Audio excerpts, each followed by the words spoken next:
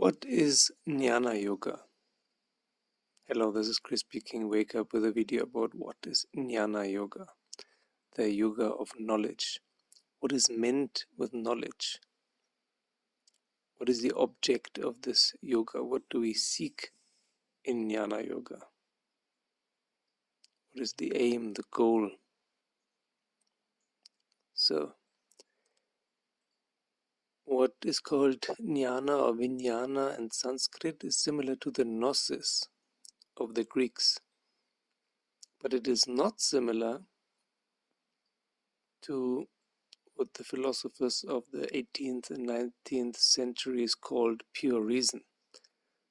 Pure reason is on the very lowest rung of spiritual knowledge. All normal day-to-day knowledge, of course, doesn't count at all because it is based on false assumptions and mass hypnosis and so on. But to seek for true knowledge, one has to pass first into pure reason. This is an intermediate realm of intellect. And after the pure reason, we have intuitive reason. Those two together, pure reason and intuitive reason, are called buddhi in Sanskrit, and the real spiritual knowledge starts afterwards. So unfortunately, we cannot jump from our usual delusions, what we usually call knowledge, which is the opposite of knowledge actually. It's delusion, to direct knowledge. This is not possible. We have to pass through pure reason and intuitive reason. Then afterwards, usually there comes the realization that all is nothing. This is also not the last step. And then what is then? Then we turn our concentration towards the eternal, the infinite, the absolute, the everything, the all-encompassing that is not intelligible by the mind. So we have to go beyond the mind, beyond the body, beyond the vital, and beyond the mind to arrive at this direct knowledge. Direct knowledge that does not come from within us. It is not our faculty. It comes directly from the divine, from the infinite. And we have to be vessels for it. That is why also Jnana Yoga has to go hand in hand at some point with Bhakti Yoga. To become a pure and empty vessel is the aim of Bhakti Yoga and also of Tantra. So we need either Tantra or Bhakti Yoga to arrive at the higher echelons of Jnana Yoga. It's very, very important that Jnana Yoga is not some kind of mental or logical philosophy. It is not something that can be reached by thinking. But what has to be done first is to subject the mind and put it in its right place. And the mind is, of course, also a divine spark. But the way we have trained our mind in most societies, most cultures nowadays, is not according to our highest nature. Let's put it like that. So we have to train and subject our mind first so that it becomes a tool.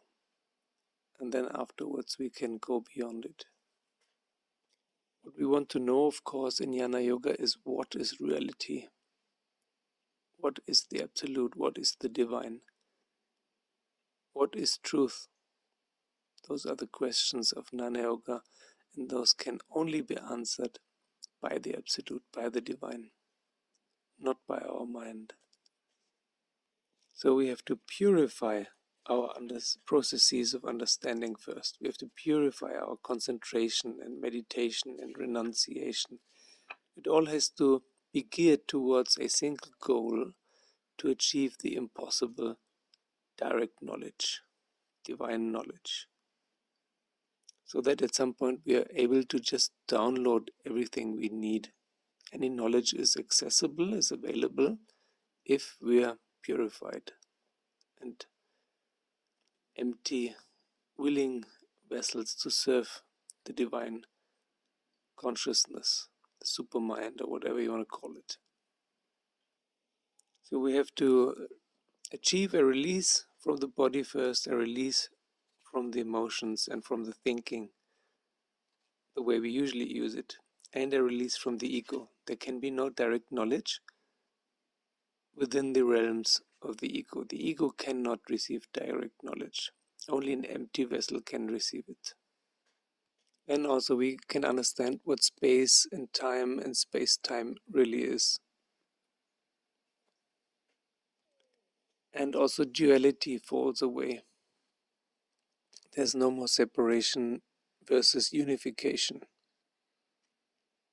And there's no more imagination also.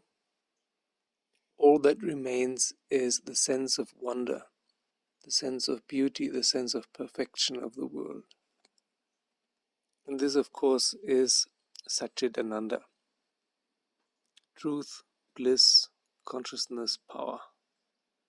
All is one.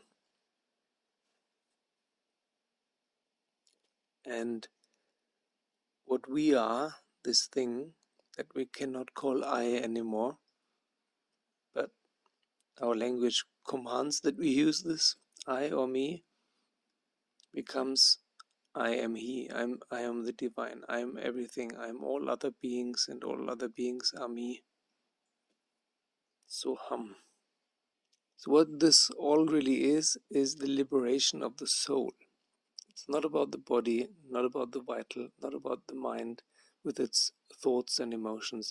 It's about the soul, the journey of the soul into liberation and direct knowledge by dissolving into Satchitananda, into the divine, into the all. Okay, and what about samadhi? Yeah, usually in yoga, samadhi is considered to be the highest goal. Samadhi is something that cannot be understood by the mind, and it is not the last step. There is, in no yoga, in no spiritual discipline, there is a last step, a final goal. And so it is a delusion also to think that there is a goal called samadhi which we can reach and then everything is hunky-dory. Samadhi is again a stepping stone. It's again a level that you can reach where you have shed off certain obstacles and hurdles and weights and blockages and limitations. And then you can go on to an even more direct contact with the all and everything. Thank you for watching. Thank you to all my patrons. Thank you for liking and subscribing and sharing the videos with your friends. Thank you for joining me as a patron, and see you soon.